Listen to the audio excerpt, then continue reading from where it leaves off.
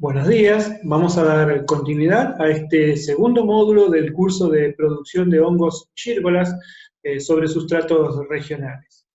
En el módulo anterior estuvimos viendo cuestiones generales de los hongos comestibles y algunas características respecto de su forma de alimentación, respecto de cómo se nombran, de su nomenclatura y su ciclo de vida y morfología.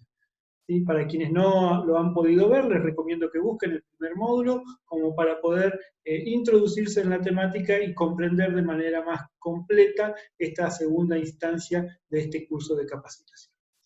Sin más, pasamos al segundo módulo del curso de producción de gírgolas sobre residuos regionales.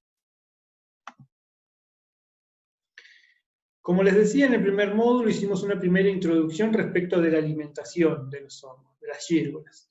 ¿Sí? En ese módulo dijimos que eran saprófitos que se alimentaban de materia orgánica de origen vegetal, que no ha sido degradada, que no ha sido transformada. ¿Sí? Para avanzar un poco sobre esa caracterización respecto de su alimentación, vamos a continuar diciendo que, además, específicamente dentro de esa materia orgánica, estos hongos tienen la capacidad de alimentarse de la lignina y la celulosa. ¿Sí? ¿Qué son la lignina y la celulosa? Bueno, un poco acá con este esquema pretendo mostrar que los vegetales, en este caso ahí dibujado, digamos, la imagen de una sección transversal de un tronco, pero cualquier vegetal en su estructura, ¿sí? Tiene en sus células lo que se denomina una pared celular. ¿Sí? Todas las células del tronco, de la madera, de una hoja, de un fruto, de una raíz o inclusive hasta de una flor, esas células que componen esos tejidos vegetales están rodeados por una pared. Esa pared celular tiene en su composición lignina, celulosa y hemicelulosa. Esta celulosa, esta lignina, son el alimento de este hongo. Este hongo tiene la capacidad de degradarlo y alimentarse de ello. Con lo cual, en un sentido un poco más descriptivo, vamos a decir que, además de decir que se alimenta de materia orgánica muerta, de origen vegetal, vamos a decir que se alimenta más específicamente de la lignina y la celulosa.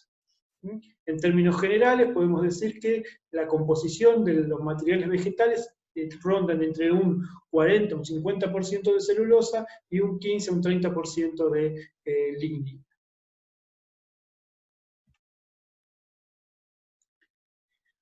Ahora bien, ya sabemos de qué se alimentan, ¿sí? Se alimentan de la lignina, de la celulosa, se alimentan gracias a esa capacidad que tienen de degradarla. Pero ¿cómo lo hacen? ¿Cómo se alimentan? Bueno, en esta diapositiva intento introducir un poco la temática de explicar cómo logra el hongo alimentarse de estos componentes que son, digamos, molecularmente grandes, de gran tamaño, y tiene que degradarlo de alguna manera antes de poder utilizarlo para su nutrición. Van a ver que lo primero que yo les digo acá es que los hongos se alimentan por absorción, ¿sí? Absorben moléculas simples, moléculas pequeñas, ¿sí? Que no es el caso de la lignina y la celulosa, ¿sí? Son moléculas muy, muy, muy grandes que así como tal sería incapaz el hongo de poder absorberlas, ¿sí? Entonces tiene que de alguna manera romper. Dije degradar anteriormente, romper, nos referimos a lo mismo. Transformar esas grandes moléculas en pequeños fragmentos de la misma que ya con un tamaño reducido van a poder ser absorbidos por el hongo para su nutrición. ¿Cómo logra el hongo romper esta molécula? Lo logra romper a través de unas sustancias que libera el hongo al medio, digamos que si está creciendo dentro de un tronco es liberar al entorno digamos, alrededor, sobre el tronco, desde el interior. Si está creciendo sobre un sustrato, sea cual sea el residuo, es poner en contacto ese residuo con esta sustancia que el hongo libera. Esta sustancia lo que va a hacer es romper la molécula de celulosa y lignina. Para tener un poco más de contexto, estas sustancias se denominan enzimas. Y hay enzimas celulolíticas que rompen la celulosa, hay enzimas lignolíticas que rompen la lignina, y así una variedad de sustancias que el hongo va liberando al medio, y con eso va logrando romper estas grandes moléculas para después poder absorberlas. ¿sí? Acá en la imagen, un poco lo que estamos ilustrando es esto que ven ustedes, que es como un dedo hacia las veces de una hifa, ¿sí? ¿Se acuerdan que en la parte de morfología que vimos en el módulo anterior, yo les dije los hongos crecen a través de hifas? Cada uno de esos cordoncitos de crecimiento, pequeñas raicillas, se denomina hifa, el conjunto de ellas se denomina micelio, ¿sí? En este caso, en este esquema, estamos dibujando una hifa, ¿sí? Y en la que se identifican 3 partes, o 4 partes. Una primera parte apical, la punta, que es por donde la hifa crece, ¿sí? Al revés de, por ejemplo, el cabello humano, que tiene la parte más joven del cabello sobre la raíz, y la parte más envejecida del cabello está en la punta.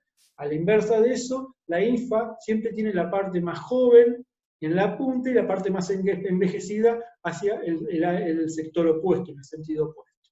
Entonces tenemos la punta joven, ¿sí? El área de crecimiento.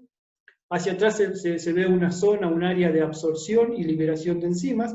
Esta área de la hifa es a través de la cual se liberan las enzimas al medio para que rompan la celulosa, la lignina y demás, y luego que tengamos los componentes más simples, a través de esta misma área, a través de la pared celular, ¿sí? La pared celular del hongo, entran los compuestos más simples y de esa manera esos compuestos empiezan a formar parte de los nutrientes del hongo.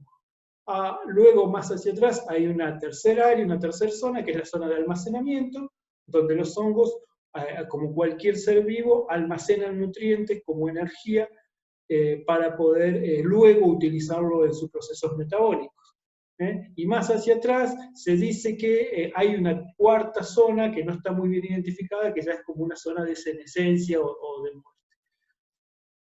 Después acá abajo un poco lo que indicamos es el tronco, que podría ser, como les decía recién, cualquier material de origen vegetal, ¿sí? Que está compuesto por células vegetales, y esas células vegetales alrededor tienen la pared, ¿sí? Este es un dibujo, un esquema de la pared celular, que en su interior está constituida por lignina, celulosa y hemicelulosa.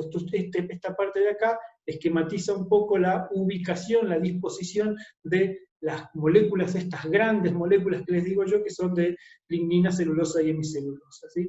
A continuación, esquematizamos la liberación de las enzimas estas, que estarían saliendo de esta área, del interior de la hifa, romperían este bloque celeste, que estaría, digamos, ilustrando la ruptura de la celulosa y la hemicelulosa, y luego ya los pequeños bloquecitos de estos compuestos podrían ser absorbidos. Bueno, en todo este contexto cobra fundamental importancia, y este es el último punto de esta diapositiva, el agua. Porque siempre que hablamos de absorción, tiene que haber algún solvente en el cual está disuelto el componente que uno quiere absorber, ¿sí? Entonces, para el hongo, para poder alimentarse, para poder absorber estas pequeñas moléculas, estas pequeñas porciones de celulosa y de hemicelulosa y de lignina, tiene que tener agua en su entorno, ¿sí? Fundamental la disponibilidad de agua para poder absorber y poder nutrirse. Bueno, vamos a la siguiente. Ya estamos por empezar a hablar de sustratos, con lo cual quería hacer un pequeño recuento de algunos términos que a veces generan confusión.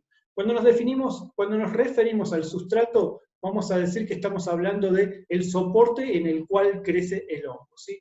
Un sustrato es el alimento sobre el cual el hongo se desarrolla, el cual el hongo degrada y sobre el cual se instala para luego producir los cuerpos fructíferos, ¿sí? Puede ser una bolsa con distintas mezclas de residuos, puede ser un compost, puede ser un tronco de algún vegetal. Eso es un sustrato. Cuando hablamos de formulación, ya nos estamos refiriendo a una mezcla de distintos componentes, ¿sí? Para armar una receta, que es la que luego le vamos a dar de comer, o le vamos a utilizar para el cultivo de nuestros hongos, ¿sí? Cuando hablamos de residuos, nos referimos a un desecho que en general para nuestra actividad va a ser desecho de origen agroindustrial, ¿sí? Agrícola o agroindustrial, y ese desecho vamos nosotros a utilizarlo para formar parte de la formulación, ¿sí? De la receta, de cada uno de los componentes de la receta, van a estar formados uno o más de uno, van a ser residuos de este origen, ¿sí? Así que eso es un poco la diferencia entre sustrato, formulación y residuos. Por último, quería mencionarles que dentro de un sustrato uno tiene que, cuando diseña una formulación que se va a comportar como sustrato para la alimentación de un hongo, tiene que cubrir ciertos requisitos nutricionales, ¿sí? Y acá tenemos 5 requisitos que son los más importantes y en los que uno generalmente tiene en cuenta para la elaboración de una formulación. Uno es el contenido de carbono, ¿sí? En esta mezcla, ¿no? En esta formulación, en esta receta, cuando yo arme esta receta que voy a decir tanto de esto, tanto de esto, tanto de esto, yo voy a hacer cálculos y para esos cálculos voy a tener en cuenta el contenido de carbono, el contenido de nitrógeno, el contenido de fósforo, la cantidad de agua y el contenido de oxígeno, ¿sí? Ya vamos a ver más adelante a qué nos referimos con contenido de oxígeno. No es que vamos a medir el oxígeno, sino que estamos hablando de la densidad de la mezcla, la densidad del sustrato, ¿sí? El contenido de agua sí es algo que ya podemos medir, y después los contenidos de nitrógeno, fósforo y carbono hay que medirlos y ya les voy a mostrar cómo lo hacemos y qué importancia tiene. Bueno, vamos a hablar entonces ahora de los residuos, ¿sí? Una persona que quiere en la localidad de Neuquén llevar adelante algún emprendimiento productivo que tenga que ver, por supuesto, con la producción de hierbas sobre sustrato, lo primero que tiene que plantearse es qué residuos regionales tiene a la mano, ¿sí? Uno no, digamos, en la producción de hongos sobre sustrato no puede plantearse utilizar, por ejemplo, cáscara de maní, o por ejemplo, caña de azúcar, bagazo de caña de azúcar, que son, digamos, residuos agroindustriales que podrían servir, seguramente sirven, pero que están muy lejos. Uno tiene que enfocarse en la región y en ver qué residuos se producen, qué residuos agrícolas o agroindustriales se producen en su región, y pensar en la utilidad de esos residuos. Después, otra cosa importante que tiene que tener en cuenta es la disponibilidad, ¿sí? Que tiene que haber cantidad. Esto va a estar relacionado también con la escala de producción que uno tenga. Por ahí en algún momento me decían, me han comentado en algunos cursos, decir, podemos usar el café, ¿sí? ¿Cómo es?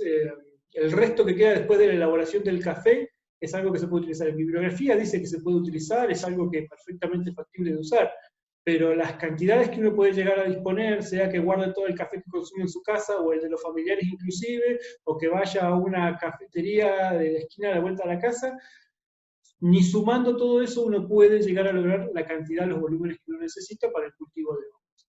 Entonces, no solamente que sea un residuo con disponibilidad regional, sino que se produzca en cantidad. La estacionalidad es otro punto que hay que tener en cuenta, porque si solo lo consigo en un momento del año, yo voy a tener que acopiar ese residuo en ese momento para después poder disponerlo durante todo el año, ¿sí?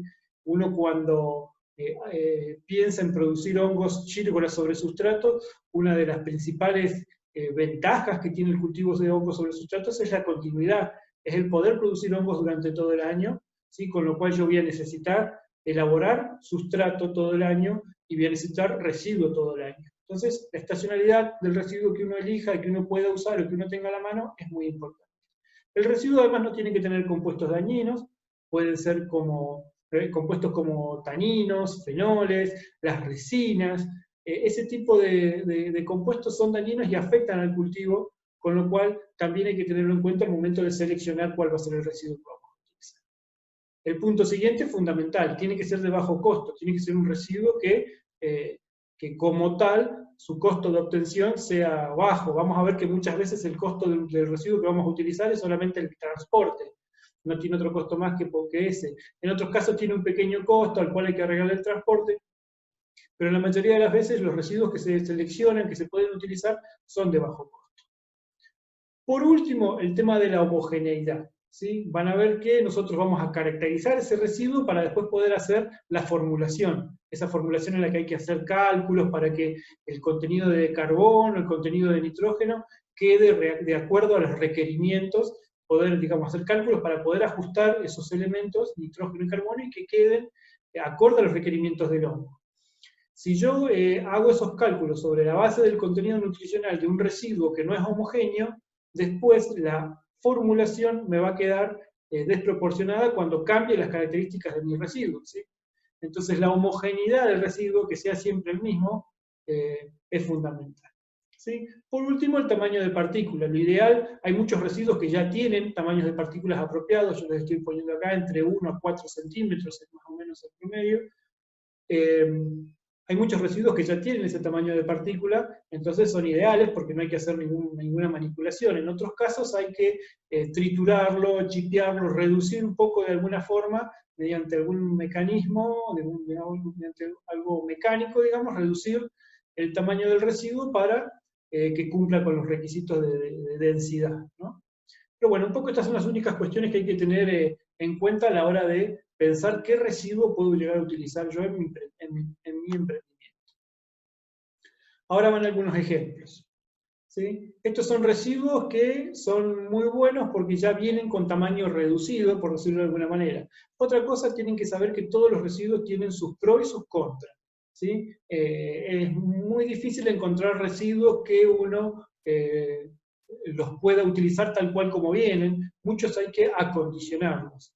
En este caso tenemos, por ejemplo, en esta primera foto, viruta de álamo. Es un residuo que se consigue con bastante facilidad y es un residuo que demanda poco acondicionamiento, fácilmente se puede utilizar. La foto de al lado es una foto en la que estamos mostrando bagazo de malta cervecera. ¿Sí? Con todo el tema del boom de la producción de cerveza, se está empezando a generar cada vez más este residuo, entonces nosotros ya hace un tiempo que empezamos a estudiar la posibilidad de usarlo y realmente es un residuo muy complejo.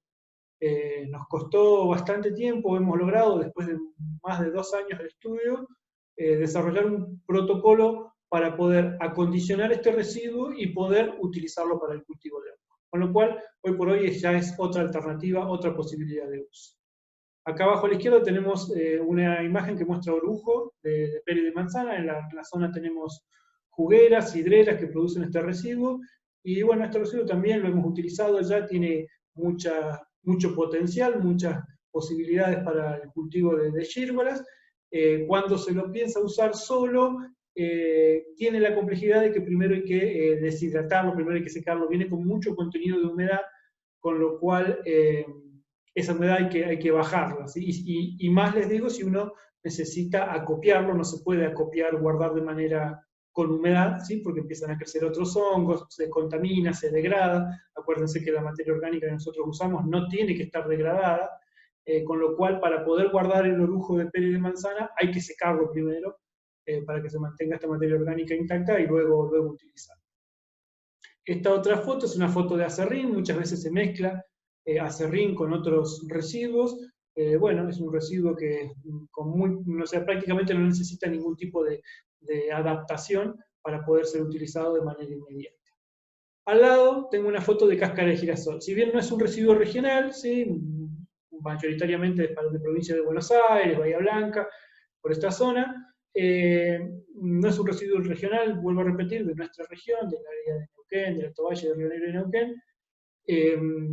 Lo pongo porque es muy interesante en cuanto a su tamaño de partícula, que tiene un tamaño de partícula ideal, y en cuanto a su composición nutricional, les adelanto que este residuo tiene un contenido de nitrógeno muy, digamos, acorde a lo que necesita el hongo para poder crecer, con lo cual es muy valioso este residuo porque fácilmente, yo sin mucha manipulación, tengo un muy buen residuo.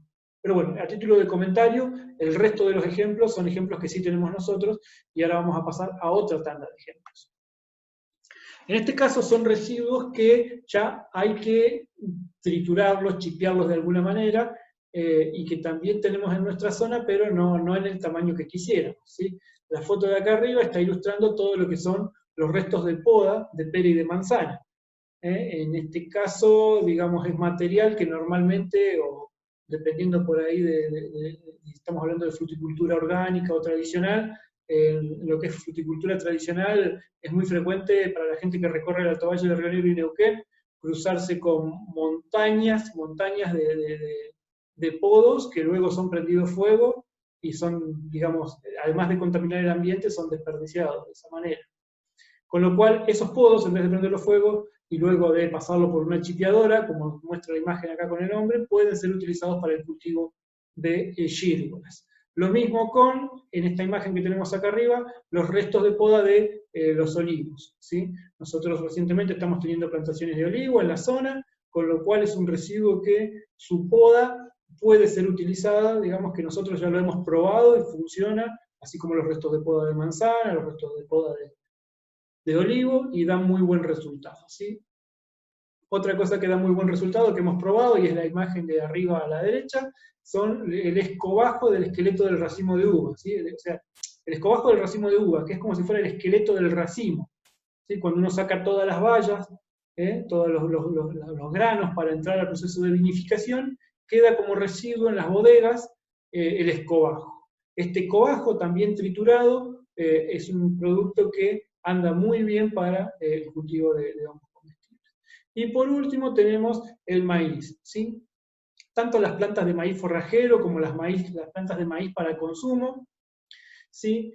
O tanto el cultivo del maíz forrajero como el cultivo del maíz para el consumo deja un rastrojo, una cantidad de material muy importante, ¿sí? Que es el resto de la planta. Si uno saca el marlo, saca el maíz y queda el resto de la planta. Esa planta puede ser, luego de que se seca, triturada y utilizada para la elaboración del sustrato para el cultivo de giro. En el caso del maíz forrajero, muchas veces en la cosecha del maíz forrajero se corta prácticamente la mitad de la planta y se cosecha y queda media planta como rastrojo. Esa media planta se puede utilizar también para la elaboración de sustrato para el cultivo de hongos. Bueno, una vez que tenemos el residuo que vamos a utilizar definido, a mí me gusta plantear esta visualización de lo que es el cultivo de hongos. En esta diapositiva yo les intento mostrar qué importancia o qué implicancia tiene el cultivo de hongos. Por un lado, tenemos acá arriba 4 ejemplos, ¿sí?, de residuos que se producen regionalmente, ¿sí? Estos residuos, en algunos casos más que en otros, pueden hasta llegar a generar problemas, ¿sí? Su disposición final no es la apropiada, no hay marco regulatorio, o inclusive en algunos casos pueden llegar a contaminar el ambiente. Entonces, son residuos que en mayor o menor medida pueden generar una complicación para el medio ambiente. Entonces, el hecho de poder utilizar uno de estos residuos, someterlo a un proceso, ¿sí? Este proceso estaría indicado en este, digamos, imagen central, el proceso de cultivo de hongos, ¿sí?, al final del cual vamos a obtener 2 productos. Por un lado, el hongo, propiamente dicho, que nosotros vamos a cosechar, a consumir, a vender, a comercializar, y por otro lado vamos a obtener un segundo subproducto. Yo no quiero llamarlo residuo porque tiene un valor muy importante. Este segundo subproducto, primero que nada, va a reducirse en alrededor de un 30% el volumen inicial, ¿sí? Quiere decir que ya el problema inicial que teníamos de ese residuo que estaba generando contaminación, en cuanto a volumen, a cantidad, ya lo redujimos, por el solo hecho de utilizarlo para el cultivo de hongos, ya lo redujimos un 30%, ¿sí? Por otro lado, las características de ese residuo se vuelven muy valiosas desde el punto de vista de utilizarlo como, por ejemplo, una enmienda orgánica, un compost, para utilizarlo para el cultivo de vivero, para el cultivo de plantines en vivero, o inclusive en algunos casos para la alimentación de ganado, ¿sí? Por ejemplo, en el caso del uso del bagazo de malta cervecera, hoy por hoy muchos, no voy a decir la mayoría porque quizás exagero, pero muchos de los productores de cerveza artesanal destinan su residuo a la alimentación de cerdos. Este residuo, así como tal, al tener tanta azúcar y demás, por las características químicas que tiene, así que apenas sale de la elaboración de la cerveza, genera algunas complicaciones en los cerdos, o en el ganado mayor también, en las vacas, en los rumiantes, que genera acidosis, y en los cerdos algunos otros tipos de complicaciones. Inclusive no hay una buena absorción de este alimento como nutriente para el animal. Pero si yo ese residuo primero lo paso por un proceso de elaboración, de producción de hongos comestibles, con el fin de utilizarlo para la alimentación de ganado, las características de estos residuos se transforman sustancialmente, ¿sí? No solamente reduce la acidosis, no solamente aumenta digamos, el poder nutritivo para los cerdos, sino que también lo cargo de proteínas a ese residuo, de proteínas de alta calidad, como son las proteínas fúngicas, ¿sí? Las proteínas de origen fúngico son unas proteínas de muy alta calidad, proteínas que contienen todos los aminoácidos esenciales, con lo cual resulta un segundo producto de un gran valor y una gran potencialidad de uso. ¿Sí? Bueno, quería eso redondear con esta diapositiva, que la producción de hongos no es solamente la producción comercial, sino que es el hecho de transformar un residuo que puede estar generando problemas en la sociedad, transformarlo por un lado en un hongo que tiene un gran valor nutricional, tiene un gran valor gastronómico, pero también tiene un gran valor medicinal. Y por otro lado, ese residuo, además de reducirlo en un 30%, transformarlo y darle también una potencialidad de uso muy interesante. Bueno, continuemos.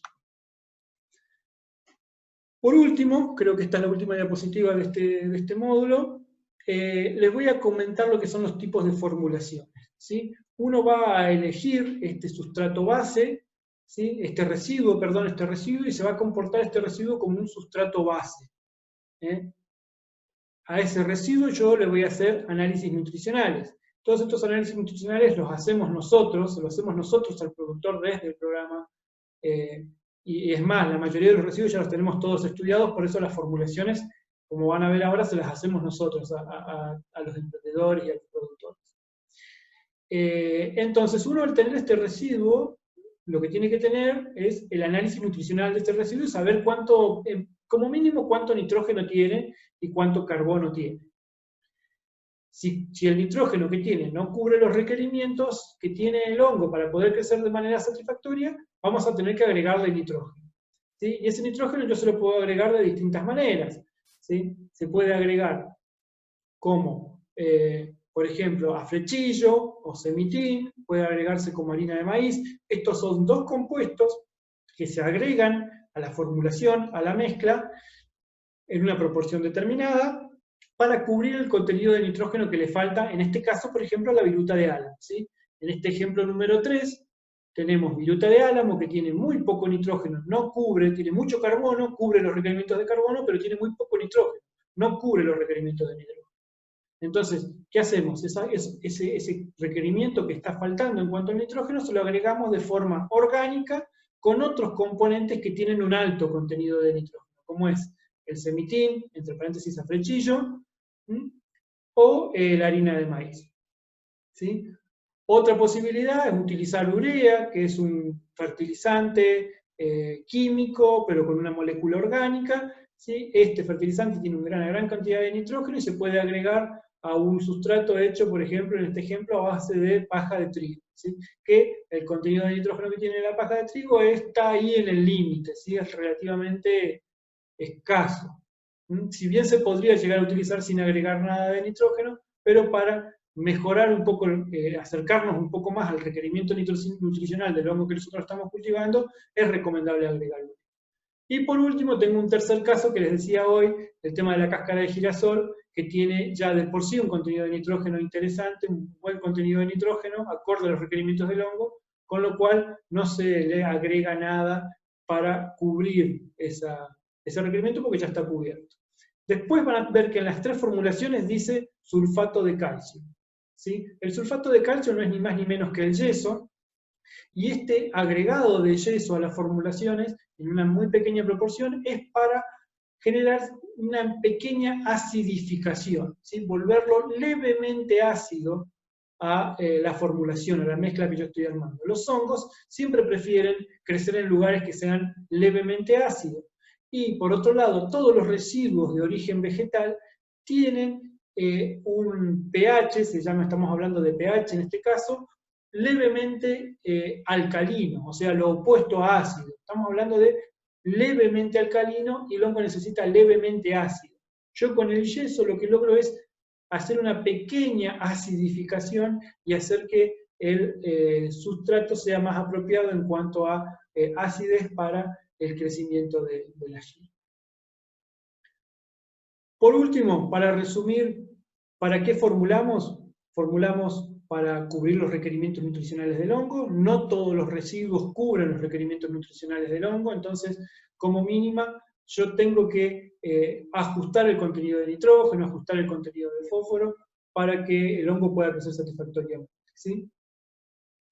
También hago un acondicionamiento físico-químico. ¿Esto qué es? Les hablé recién del pH en cuanto al químico, digamos esta acidificación, es un acondicionamiento químico, y cuando hablamos de chipear, de triturar, cuando hablamos de los tamaños de partícula o de la humedad, de que tenemos que deshidratarlo primero antes de usarlo y demás, eso es un acondicionamiento físico. Entonces, todos esos aspectos son los que tenemos en cuenta, es decir, ¿para qué hacemos la formulación? Por último, ¿qué tenemos que tener en cuenta cuando hacemos la formulación? El contenido de nitrógeno, ¿sí? Que tiene que estar como mínimo en 0,5 a 1% de nitrógeno total. Contenido de fósforo, 0,19 a 0,22% de fósforo total. El pH, que es el valor de la acidez-alcalinidad, tiene que estar levemente ácido. De 7 para abajo es levemente ácido, entonces tiene que estar entre 6,5 y 7. La densidad, que esta es una relación entre el peso y el volumen, ¿sí? Entre el peso que tiene un volumen determinado de sustrato, esta densidad del sustrato listo, ya con el agua agregada y demás, listo para que el hongo empiece a crecer, esta densidad tiene que estar entre 30 y 35 gramos por centímetro cúbico. Yo la puedo variar a esta densidad con el tamaño de partículas. Si el sustrato me queda poco denso, ¿sí? Yo lo que tengo que hacer es achicar el tamaño de partícula, también un poco lo puedo manejar con la compactación, ¿sí? Por último, la humedad que es algo fundamental, como les decía hoy, para que el hongo pueda absorber todas esas moléculas que va a ir, todas esas grandes estructuras que va a ir rompiendo, que están adentro en todos estos ejemplos que yo les dije acá, adentro de la viruta de álamo, en el afrechillo, la harina de maíz, la paja de trigo, la cáscara de girasol, todas esas son residuos de origen vegetal que en su célula tienen pared celular y hay lignina y celulosa. La ruptura de esa lignina y celulosa, que se hace a través de enzimas, va a generar pequeños fragmentos que para que el hongo pueda absorberlos, tiene que haber agua. Entonces el sustrato, la mezcla del sustrato para que luego ser sembrada, tiene que tener entre un 65 y un 70% de humedad. Bueno, hasta acá llegamos con el segundo módulo. Espero haber sido claro. Cualquier cosa, cualquier duda que tengan, yo acá les estoy dejando arriba a la izquierda todos los datos del programa y del laboratorio para que se pongan en contacto con nosotros y puedan evacuar dudas.